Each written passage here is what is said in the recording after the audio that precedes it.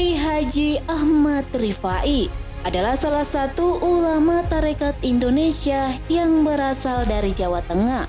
Beliau adalah pendiri organisasi kemasyarakatan Rifaiyah. Selain itu, beliau juga merupakan perintis beberapa pondok pesantren, di antaranya Pondok Pesantren Dar El Kolam, Pondok Pesantren Latansa, dan Pondok Pesantren Sakinah Lahlahwa. Ia juga dikenal sebagai ulama yang anti kolonialisme Belanda, melawan dengan senjata dan pena secara berani dan terbuka. Bagi yang belum mengenal sosoknya, berikut fakta menarik Kiai Ahmad Rifai. Masa kecil dan pendidikan. Kiai Haji Ahmad Rifai lahir pada hari Kamis tanggal 9 Muharram 1200 Hijriah, bertepatan pada tahun 1786 Masehi, di Desa Tempuran, Kabupaten Kendal. Dari pasangan suami istri Kiai Haji Muhammad Marhum bin Abi Sujar, seorang penghulu Landerat di Kendal, dan Siti Rahma. Mengenai tanggal lahirnya, ada juga yang menyebutkan bahwa beliau lahir pada 1 Muharram 1200 Hijriah, bertepatan dengan tanggal 4 November 1786, saat Kiai Ahmad berusia 6 tahun. Ayahnya meninggal dunia sehingga ia diasuh oleh kakak perempuannya yang bernama Nyai Rajia, istri Kiai As'ari, seorang ulama, pendiri dan pengasuh Pondok Pesantren Kaliwungu. Dari sinilah Kiai Ahmad Rifai tumbuh dewasa yang dalam kehidupannya kental dengan ilmu agama Islam. Sejak kecil ia sudah memiliki kecerdasan yang luar biasa. Tak heran jika kelak ia menjadi ulama besar. Pada usia 30 tahun, tepatnya pada tahun 1833, ia menunaikan ibadah haji ke Mekah melalui pelabuhan Semarang dan menetap di sana selama 8 tahun untuk menimba ilmu. Ia bertemu dengan para ulama besar di sana karena memang saat itu jaringan ulama dunia berpusat di Mekah. Salah satu yang menjadi gurunya adalah seorang ulama besar bernama Isa Al-Barawi. Mendirikan pondok pesantren. Setelah 8 tahun menimba ilmu di Mekah, Kiai Ahmad Rifai kembali ke tanah air melalui dakwahnya di sebuah desa terpencil yakni Kalisalak. Sekarang masuk di Kecamatan Limpung, Kabupaten Batang. Pada masa itu Nusantara sedang terpuruk karena penjajahan dan kebodohan. Ia sangat prihatin melihat kondisi masyarakat, karena saat itu kehidupan sosial rakyat sangat tertindas oleh penjajah. Para birokrat pribumi banyak yang bersekutu dengan penjajah. Melihat kondisi tersebut, ia mendirikan pondok pesantren di Kalisalak yang digunakan sebagai tempat berdakwah dan mengajar agama Islam. Ia menilai bahwa budaya Islam di masyarakat harus diubah agar terhindar dari budaya yang tidak sesuai dengan Al-Quran dan Sunnah. Selain mengajar di pondok, ia juga sering berdakwah ke tempat lain seperti Wonosobo, Pekalongan, dan Kendal.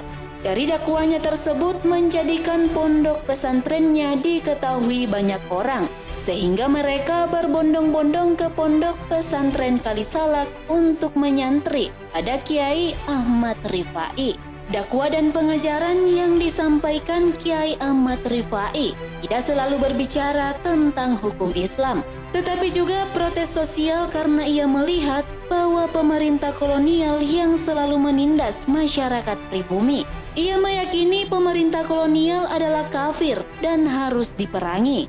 Keyakinan tersebut diajarkan kepada santri-santrinya agar tidak tunduk terhadap penjajah dan birokrat pribumi yang bersekutu dengannya. Mendirikan organisasi Rifaiyah. Selain mendirikan pondok pesantren, Kiai Ahmad Rifai pun kemudian bersama ulama-ulama tanah air yang belajar di Haramain, di antaranya Kiai Nawawi yang berasal dari Banten, Syekh Muhammad Khalil dari Madura, dan beberapa ulama lainnya mengadakan sebuah pertemuan.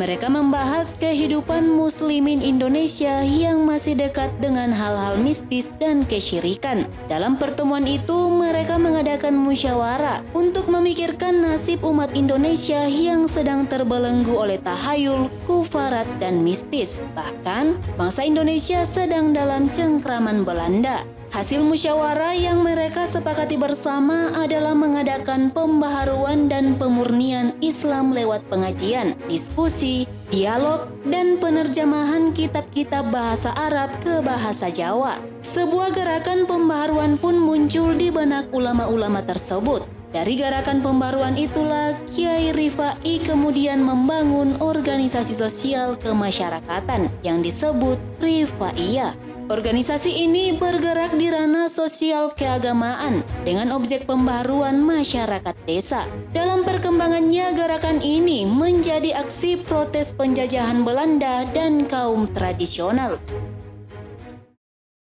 melawan pemerintah Belanda. Sebagai seorang ulama, Kiai Ahmad Rifai banyak berdakwah serta menulis buku. Di antara karya-karyanya yakni kitab terjemahan dari bahasa Arab ke bahasa Jawa dari ulama-ulama terdahulu. Ia menerjemahkan ke bahasa Jawa sehingga mudah dimengerti oleh masyarakat pedesaan. Meskipun tanpa kekerasan, perlawanan Kiai Ahmad Rifai tetap ada risikonya. Sejak ia di Kendal, ia sempat beberapa kali dilaporkan, bahkan dijebloskan ke penjara. Ketika di Kalisalap, ia juga sempat bersepegang dengan ulama yang lain saat itu dan pemerintah. Ia pun pernah dituduh oleh Bupati Batang telah menghasut masyarakat untuk melawan pemerintah dan mengajarkan ajaran Islam yang menyimpang. Hingga akhirnya ia diasingkan, yang pada saat itu menjadi hukuman yang biasa dijatuhkan kepada para tokoh yang menentang penjajah pada masa itu karena dianggap tidak taat pada pemerintah Belanda. Sebelum diasingkan ke Ambon, ia sempat tinggal di penjara Pekalongan selama 13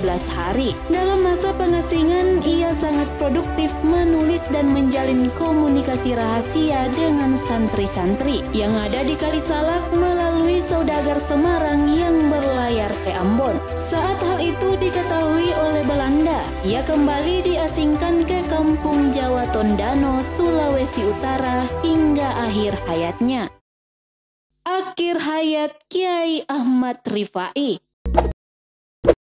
Di akhir hayatnya, Kiai pun meninggal di pengasingan di Tanah Tondano, Minahasa, Manado, Sulawesi Utara. Bahkan tanggal kematiannya pun tak ada yang tahu pasti. Beliau dimakamkan di Pekuburan Jawa Tondano di Kelurahan Kampung Jawa di Kecamatan Tondano Utara, Kabupaten Minahasa, Provinsi Sulawesi Utara. Atas semua jasa-jasanya, pemerintah Indonesia menganugerahi gelar pahlawan nasional pada tanggal 5 November 2004 dengan dikeluarkannya surat keputusan Presiden nomor 89-TK-2004.